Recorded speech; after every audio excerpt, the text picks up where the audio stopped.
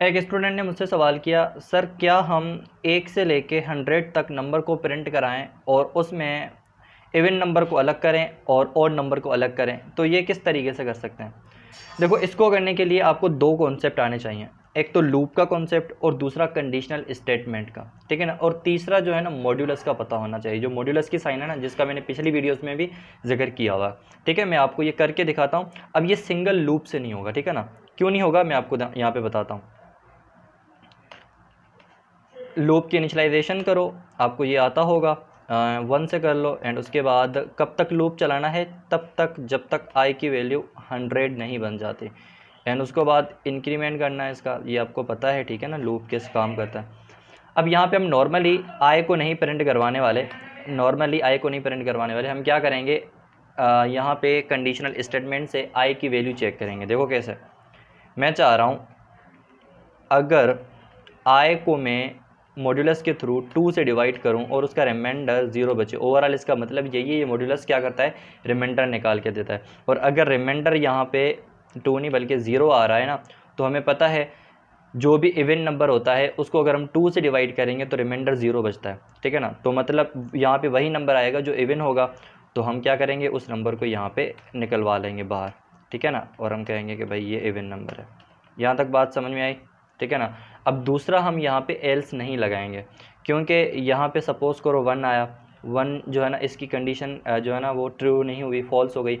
अब तो क्या होगा, अगर हम एल्स में लिखेंगे तो यहाँ पे प्रिंट हो जाएगा, ठीक है ना। और जब यहाँ पे 2 आएगा तो फिर 2 अलग से प्रिंट हो जाएगा, मतलब कोई ऑर्डर नहीं बनेगा कि हमें फिर से वही जो है ना मिक्स में आ जाएंगे इवन और ऑड। लेकिन हमें क्या करना है, इवन को अलग करके रखना है और ऑड को अलग करके रखना है, इसीलिए हमें दोनों के लिए अलग अलग लूप चलाने पड़ेंगे। देखो, फिर हम क्या करेंगे, इसी लूप को कॉपी पेस्ट करेंगे एंड यहाँ पे नीचे आके बस ये जो कंडीशन है ना, यहाँ पे हमने इक्वल दिया है और यहाँ पे हम नॉट इक्वल दे देंगे, ठीक है ना।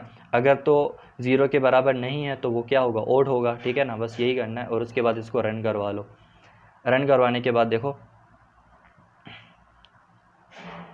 यहाँ तक आपको क्या मिला है, 2 4। मैं आपको थोड़ा जूम करके दिखाता हूँ, 2 4 8 9 10, मतलब ये 100 तक सारे इवन हैं। फिर उसके बाद 1 3। अब थोड़ा स्पेस देना चाहते हो तो आप भले दे दो, ठीक है ना। कैसे दोगे, स्पेस देने के लिए यहाँ पे आप सी आउट के थ्रू न्यू लाइन क्रिएट करवा दो, ठीक है ना।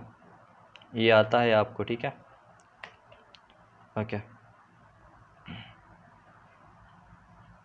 ठीक है। यहाँ तक आपको लाइन मिल चुकी है और उसके बाद क्या है, 1 3, मतलब ऊपर सारे आपके इवन नंबर हैं और नीचे सारे आपके ऑड नंबर हैं।